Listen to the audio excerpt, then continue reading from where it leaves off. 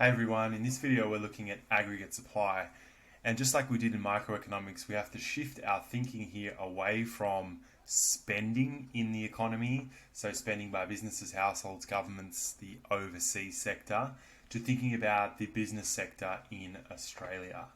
And technically speaking, aggregate supply is the total supply or the total volume of goods and services that is produced in an economy at a given point or over time. But really, we're going to think about aggregate supply as something that determines, in the long run, the potential level of GDP. And we're going to think about some factors that are going to impact the level of aggregate supply. And maybe even if your teacher is doing it, I am in my classes, shifting the aggregate supply curve, even though it's not in the study design anymore. So let's get into it. So the way we think about aggregate supply is some factor that it impacts the ability and willingness of businesses to produce goods and services. So all those factors on the last slide will impact the ability and willingness to produce, and therefore the total output or the total supply of goods and services in the economy. So you're really going to be thinking, will it increase or decrease? And if you can continually increase your ability and willingness to produce in your economy, then you can continue to grow without inflation and without shortages. So it's really important. Let's have a look at the factors. The first and most important, sort of like the king of all factors, is the quality and quantity of resources. If you can improve the quality of your resources, the productivity of your labor, the productivity of your capital and natural resources, or you can improve the quantity, the sheer amount of resources that you have, then you can produce more, and we would say that that would shift the supply curve outward. It would increase the ability and willingness of businesses to produce.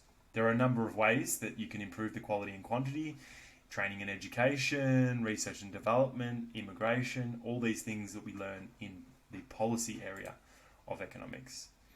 Of course, improving the quality is basically like saying improving the productivity, but it's a separate factor, but it means exactly the same thing. Remember, productivity measures the outputs per input. So how much can one worker produce in 1 hour? And if we can improve how much they can produce in 1 hour, then that's an improvement in productivity growth for that one worker.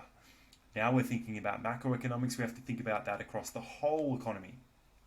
How much can all our workers produce in 1 hour of work? And can we improve how much they can produce in each hour of work? Now, if you improve productivity, again, you increase the potential rate of growth in the economy, you shift the aggregate supply curve out to the right, and businesses are more willing and able to produce.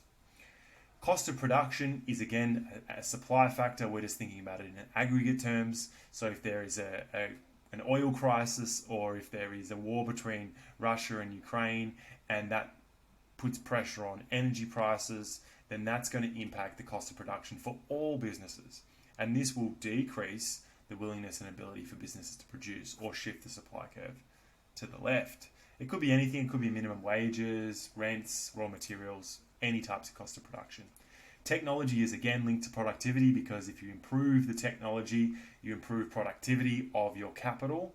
You also improve the quality of your capital, right? So they're all linked together.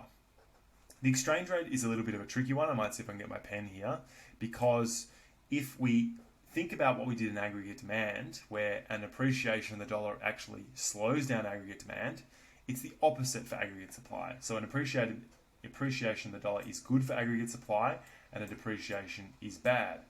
And the reason for that is that many of our businesses in Australia import important capital, technology, machinery and equipment from overseas. And if you're one of those businesses that does that, and it becomes cheaper for you to buy equipment, then that will decrease your cost of production and you'll be able to produce more, and vice versa. There are two new factors in the study design, not this one. Climate is again from supply. It's the same thing, just across the whole economy. Australia has a large agricultural economy, or a fairly large agricultural economy. It's much smaller as a percentage of GDP than it once was, but it's about $85 billion. So if we have good growing conditions, that can increase production or increase aggregate supply. And if we skip right ahead to the end of the study design, we may need to start thinking about some environmental policies which can reduce climate uncertainty, which is hurting our farmers in Australia.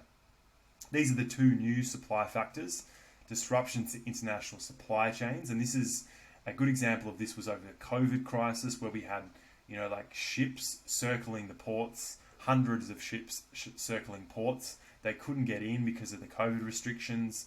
And what that does is it disrupts the supply chain.